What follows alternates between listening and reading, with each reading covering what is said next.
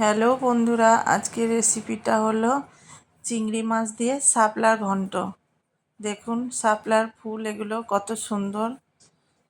এগুলো বিশেষ করে জলে পুকুরে হয় এই বর্ষার সময়। দেখুন আমি শাপলাগুলো চোকলাটা ছাড়িয়ে নিয়েছি আর ছোট ছোট করে কেটে নিয়েছি। আর দেখুন কত সুন্দর চিংড়ি, একদম টাটকা গঙ্গার চিংড়ি। দেখুন প্রত্যেকটা চিংড়িতে ডিম আছে। এই দেখুন কত সুন্দর, কত বড় বড় চিংড়িগুলো একদম টাটকা। দেখুন এরা নড়ছে, হেঁটে হেঁটে বেড়াচ্ছে। এই দেখুন একদম তাজা চিংড়ি। আর এগুলোর স্বাদই লাগে অন্যরকম, খুব সুন্দর হয় এই শাপলা দিয়ে খেতে। দেখুন আমি এই শাপলাটা কাটা হয়ে গেছে। এবার সামান্য একটু লবণ মাখিয়ে রেখে দিচ্ছি। এই লবণটা মাখালে এর ভিতরে যে জলটা থাকে সেইটা ঝরে যায় নিচ দিয়ে, আর তেলের ওপর দিলে ভাঙেও না। এবার দেখুন আমি চিংড়ি মাছগুলোকে এবার ছাড়িয়ে নেব।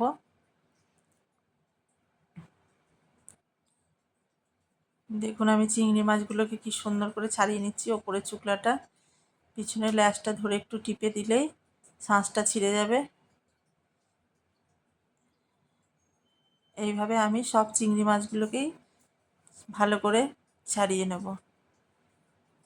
ছাড়িয়ে নিয়ে ভালো করে ধুয়ে নেব। আপনারা এইভাবে শাপলা ঘন্ট করে খেয়ে দেখবেন, খুব ভালো লাগে।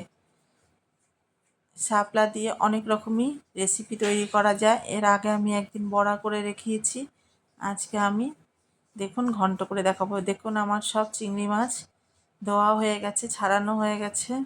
এবার আমি এগুলোকে লবণ হলুদ মাখিয়ে নিলাম। এবার আমি শাপলার জন্য যে মশলাগুলো নিয়েছি সে হলো ধনে আর জিরে। দেখুন আমি একটু করে নেড়ে চেড়ে নেবো শুকনো খোলায়। দেখুন এটা নেড়ে চেড়ে ভাজা হয়ে গেছে। এবার আমি নামিয়ে নেব। এবার আমি কড়াইতে তেল দিয়ে দেব। অল্প তেল দিয়ে চিংড়ি মাছগুলোকে ভেজে নেব। দেখুন চিংড়ি মাছগুলো এবার সুন্দর করে নেড়ে চেড়ে ভেজে নেব। এই চিংড়ি মাছগুলো একটু কেটে ছোট ছোট করে দিলেও হয়, আমি এখানে বড়োভাবেই রেখে দিয়েছি, অসুবিধা কিছুই নাই।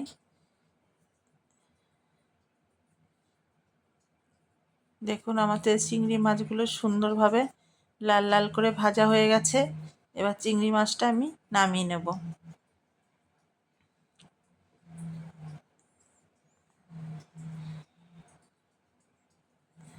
এই গঙ্গার চিংড়ির স্বাদই অন্যরকম লাগে। এবার কড়াইতে আমি একটু তেল দিয়ে দেবো। তেল দিয়ে আমি এখানে কালো জিরে ফোড়ন দেবো। একটু লবণ দিয়ে দিয়েছি। লবণ দিলে কি হয়, ওই যে শাপলাগুলো বললাম না আগে থেকে লবণ মাখিয়ে রেখেছি, এর জন্য এগুলো একটু ভাঙবেও না। নইলে এগুলো লবণ ছাড়া দিয়ে দেখবেন অনেক সময় ঘাঁটা ঘাঁটা ভাব এসে যায়। আর আমি এখানে কালো জিরে ফোড়ন দিয়ে দিয়েছি। আর এবার আমি ওই লবণ মাখানো শাপলাগুলো জল চিপড়ে নিয়ে দেখুন কড়াইতে দিয়ে দিলাম। দিয়ে এবার ভালো করে নেড়ে চেড়ে একটু ভাজা ভাজা করে নেব। আর দিয়ে দিলাম কাঁচা লঙ্কা। এইবার সুন্দর করে একটু নেড়ে চেড়ে ঢেকে দেব। কিছুক্ষণ পর ঢাকনা তুলে দেখুন অনেকটা জল হয়ে গেছে, আর এগুলো একটু নরমও হয়ে গেছে। দেখুন কমেও এসছে। এবার এটাকে আমি পরিমাণ মতন হলুদ আর লবণটা আগে থেকে দিয়েছি দেখে এখন দেব না, লাস্টে একটু দিয়ে দেবো। দিয়ে এবার ভালো করে নেড়ে চেড়ে ভেজে নেব। আর এখানে আমি একটু স্বাদ মতন একটু সামান্য চিনি দিয়ে দেবো পরে।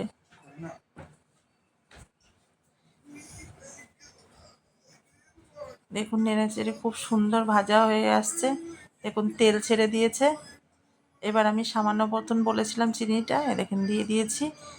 আর চিংড়ি মাছটাও দিয়ে দিলাম। এবার দুটোকেই ভালো করে নেড়ে চেড়ে সুন্দর করে মশলা দিয়ে ভালো করে ভেজে নেব। এইবার আমি যে ভাজা মশলাটা করে রেখেছিলাম সেটা গুঁড়ো করে নিয়েছি, শুকনো খোলায় ভাজা। আমি এখানে জল দিইনি, দেখুন শুকনো শুকনো দিয়ে এবার এটাকে দিয়ে ভালো করে নেড়ে চেড়ে নেব। এইভাবে আপনারা করে খেয়ে দেখবেন। আপনাদের যদি ভালো লাগে আমার ফেসবুক চ্যানেলটিকে লাইক কমেন্ট শেয়ার করে দিন। আর আমার ইউটিউব চ্যানেলটিকে সাবস্ক্রাইব শেয়ার কমেন্ট লাইক করে দিন।